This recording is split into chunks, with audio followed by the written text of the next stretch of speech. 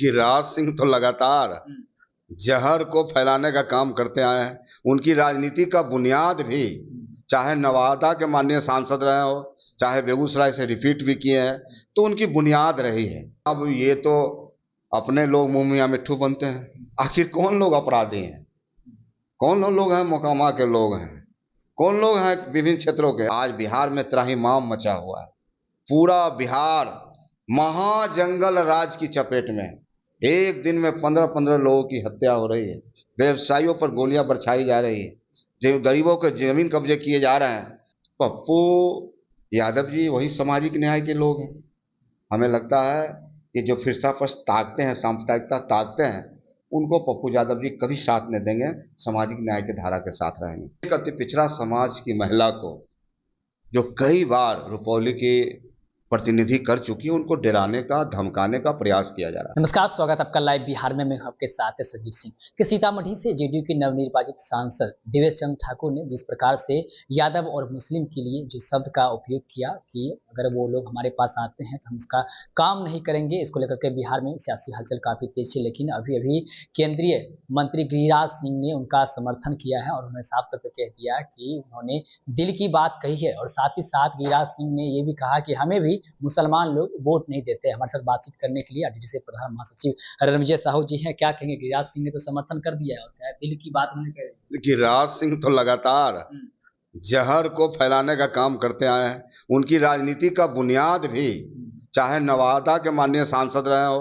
चाहे बेगूसराय से रिपीट भी किए हैं, तो उनकी बुनियाद रही है कभी हिंदू कभी मुस्लिम करके वोट को कम्युनलाइज करना और पूरी तरह से जो नफरत है, नफरत को फैलाना।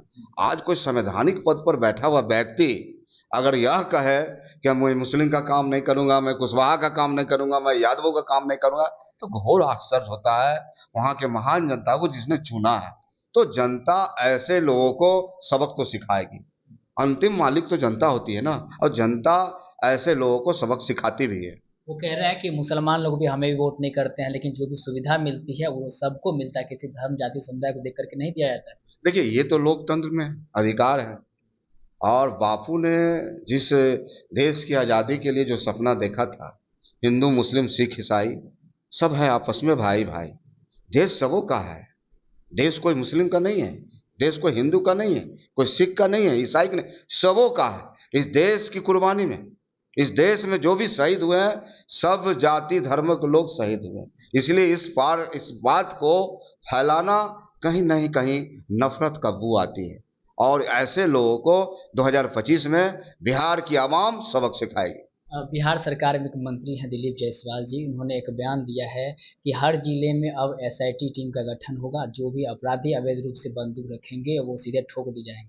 देखिए, अब ये तो अपने लोग मुंह मियां मिट्ठू बनते हैं। आखिर कौन लोग अपराधी हैं, कौन लोग हैं मोकामा के लोग हैं, कौन लोग हैं विभिन्न क्षेत्रों के। आखिर उनके साथ रहने वाले लोग हैं, बिहार में लोग जानते हैं, देश में लोग जानते हैं, तो ऐसे लोगों को पकड़ क्यों नहीं रहे हो, किसको कह रहे हैं। तो जनता को धूल झोंकने का काम कर रहे हैं माननीय मंत्री जी।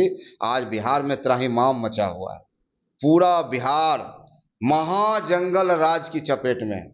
एक दिन में 15-15 लोगों की हत्या हो रही है, व्यवसायियों पर गोलियां बरसाई जा रही है, जो गरीबों के जमीन कब्जे किए जा रहे हैं। तो ऐसी तमाम बातों पर माननीय नेता प्रतिपक्ष तेजस्वी प्रसाद यादव की नज़र है, और राष्ट्रीय जनता दल जो गरीबों गुरबों कमजोरों की पार्टी है, निश्चित रूप से सड़क से सदन तक लड़ाई लड़ने का काम करेगी। रुपौली विधानसभा उपचुनाव को लेकर के बीमा भारती को तो टिकट मिल गया, लेकिन सीपीआई वाले भी लगातार दावा करते हैं सीट को लेकर के। और बीमा भारती के आवास पे कल पुलिस टीम आई थी रुपौली से और छानबीन करने पहुंची थी उनके बेटे को लेकर के। वो कह रही है कि हमें प्रताड़ित किया जा रहा है, परेशान किया जा रहा है। तमाम मामले को कैसे देखते हैं? देखिए, एक अति पिछड़ा समाज की महिला को जो कई बार रुपौली की प्रतिनिधि कर चुकी है, उनको डराने का धमकाने का प्रयास किया जा रहा है। और एक महिला भी है वो, और महागठबंधन ने उनको प्रत्याशी बनाया है। और हमें लगता है तमाम महागठबंधन के सभी साथी, सभी दल एक साथ मजबूती से रुपौली में हम लोग चुनाव जीतने का काम करेंगे, और बीमा भारती चुनाव जीतेंगे। जिस प्रकार सीपीआई के जो कैंडिडेट है वो दावा कर रहे थे, ऐसे में सामंजस्य की स्थिति पैदा हो रही है। देखिए, दावा करना अलग अलग बातें है, प्रत्येक पार्टी का अपना एक विचारधारा है, एक मैनिफेस्टो है, उसके अनुसार दावा जरूर करते हैं। लेकिन बिहार में महागठबंधन के सर्वमान्य नेता अगर है कोई तो वो है तेजस्वी प्रसाद यादव जी, और उन्होंने बीमा भारती को प्रत्याशी उतार दिया है। एक आखिरी सवाल है कि पप्पू यादव समर्थन देंगे बीमा भारती का?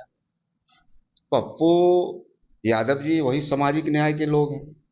हमें लगता है कि जो फिरसाफस ताकते हैं, सांप्रदायिकता ताकते हैं, उनको पप्पू यादव जी कभी साथ नहीं देंगे, सामाजिक न्याय की धारा के साथ रहेंगे। सामाजिक न्याय के धारा को साथ देंगे, पप्पू यादव के बारे में उन्होंने कहा है और साफ तौर पर उन्होंने कह दिया है कि बीमा भारती को जिस प्रकार से टिकट मिला है, हमारी पार्टी निर्णय करती है, ताकि तेजस्वी यादव पे भरोसा है हमें। और साथ ही साथ इन्होंने जो बिहार में जिस प्रकार से आपराधिक गतिविधि बढ़ रहा है उस पर भी अपने बयान दिए हैं और देवेश चंद्र ठाकुर को लेकर गिरिराज सिंह के बयान का भी उन्होंने खंडन किया। आप भी सुने थे, क्या कुछ करते आप भी अपनी राय प्रतिक्रिया कमेंट बॉक्स के माध्यम से दे सकते हैं। आप देखते लाइव बिहार, बहुत बहुत धन्यवाद।